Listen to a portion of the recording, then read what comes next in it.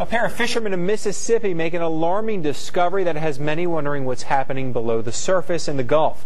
Full-size crabs filled with some sort of black substance.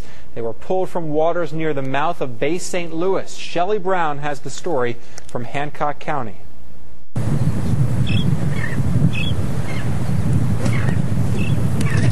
In Mississippi, people are happy something is finally working to kill the well in the Gulf for good. Look, see out here, look, there's a great big one. See that big one next to the rock? And while it's tough to find oil on the surface, Hancock County EMA Director Brian Adams says it's there, you just can't see it. But we're still seeing tar balls every day.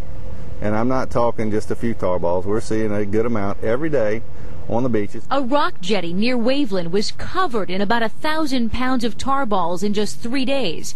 And now there's been a disturbing discovery inside several full-size crabs near the mouth of Bay St. Louis. Crabs, you could tell it was real slick and dark in color. So they didn't know, about the crab. So I grabbed it and opened the back of the crab, and you could see in the dead man, or the lungs of the crab, you could see the black. Longtime seafood supplier Keith Ladner says he's never seen anything like it. A crab's lungs, normally a white or grayish color. He says a crab would have to be extremely old and deteriorated to look like this.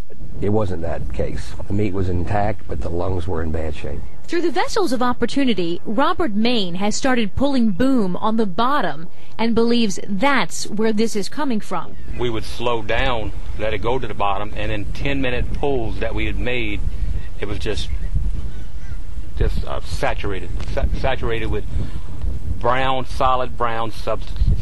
And this is where these crabs live?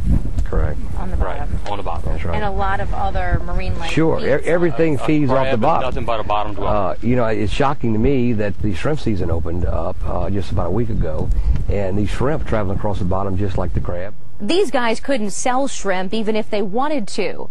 Keith Ladner says he's talked to some of the largest processing facilities around the country, and they tell him they just can't buy from him right now because sentiment around the country is that this oil and dispersant mix is at the bottom and in our seafood.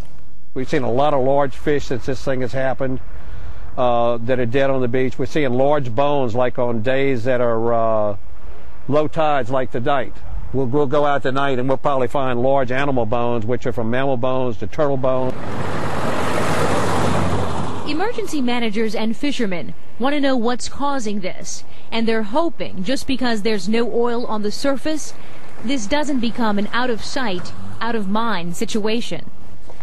Some fishermen say they would see oil on the surface one day, and the very next day crews were out there spraying and the oil would be gone. They believe the oil and the dispersant mix is accumulating on the bottom. And Lee and Kim, another fear is that even the slightest disturbance in the Gulf is going to push all of that in, because it's just a couple of miles out where they're pulling on the bottom with the boom, and that's going to go over the beach road possibly. And there are Mississippi marshes on the other side of the beach road. All right, thanks, Shelley.